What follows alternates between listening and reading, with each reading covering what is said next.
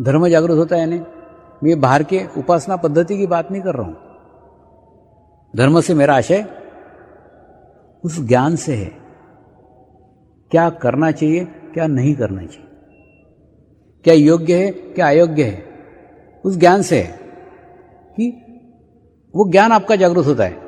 उसको करने के बाद में फिर जो आपके जीवन में अच्छा है वो रहेगा, जो बुरा है वो छूट जाएगा।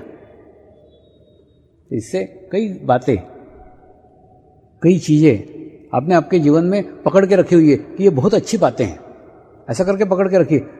मतलब उनको बुरी बातें समझ के नहीं पकड़ा है, अच्छी बातें समझ के पकड़ के रखा है।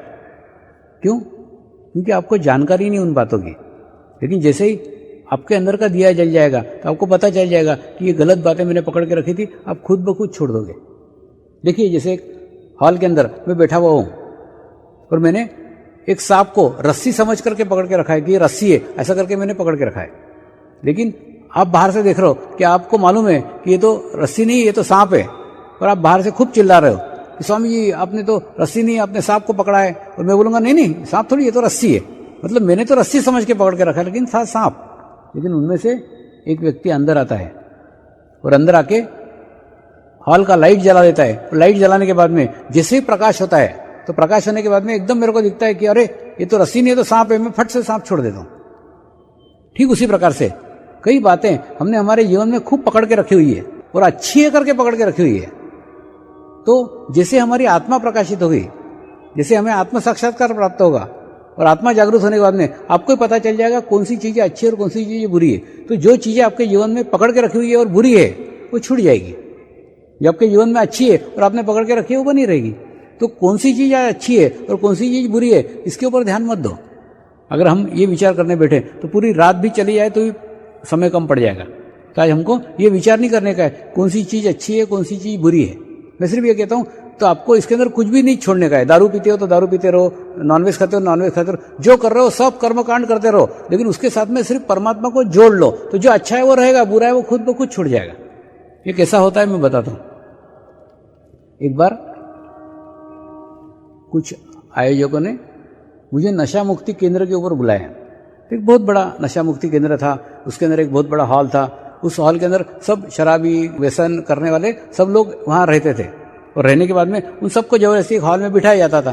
और बिठाने के बाद में कोई प्रवचन देने आता था, एक आधा डॉक्टर आता था, वो उनको बोलता था देखो तुमने अगर शराब पीना नहीं छोड़ी ना तुम्हारा लीवर सड़ जाएगा। वो बेचारे गर्दन हिला देते। फिर एक आधे साधु बाबा जी आते थे, वो बोलते देखो तुमने अगर शराब पीना नहीं छोड़ी तो तुमको नरक में भी जगह नहीं मिलेगी। फिर वो अपनी गर्दन हिलाते थे। तो मेरा प्रवचन वहां रखा गया। तो शुरू में जाते बार मैंने उनको बोला मैं आपकी शराब छुड़ाने के लिए आया ही नहीं हूं। अगर आप एक बोतल शराब पीते हो तो कल से 2 बोतल पीना चालू कर दो। सब दारू ने ताली बजा के स्वागत किया, स्वामी जी क्या आया, बोलता खूब पिया करो। मैंने उनको कहा मैं आपके जीवन में परमात्मा को जोड़ने के लिए आया हूं, मैं आपके जीवन में परमात्मा की अनुभूति कराने के लिए आया हूं।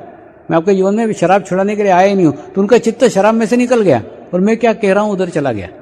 अगर मैं बोलता हूं शराब बुरी बात है छोड़ दो, तो उनका सारा चित्त शराब पे जाता। तो वहां पे एक 45 दिन का अनुष्ठान हुआ, 45 दिन का शिविर हुआ। और 45 दिनों के बाद में 90% शराबियों की शराब छूट गई, छोड़ी नहीं। देखो, पकड़ोगे तो शरीर से, छोड़ोगे तो शरीर से। तो यहां पे कोई कसम नहीं खाने की छोड़ो, मैं कहता हूं छूट जानी चाहिए। छोड़ने की आवश्यकता नहीं, खुद ब खुद छूट जाए। छोड़ने की क्या आवश्यकता है? छोड़ोगे तो शरीर से छोड़ोगे, जैसे छोड़ी वैसे पकड़ लोगे। छूट जानी चाहिए। अगर अच्छी चीज है तो रहेगी, बुरी चीज है छूट जाएगी। तो कौन सी चीजें अच्छी है कौन सी चीजें बुरी है वो खुद आप अनुभव करो ना। अगर आपके पास अच्छी चीज है तो रहेगी, बुरी चीज है तो छूट जाएगी। जागृति होने के बाद में दूसरा फायदा होता है कि वो धर्म जागृत हो जाता है, वो ज्ञान जागृत हो जाता है, क्या करना चाहिए क्या नहीं करना चाहिए।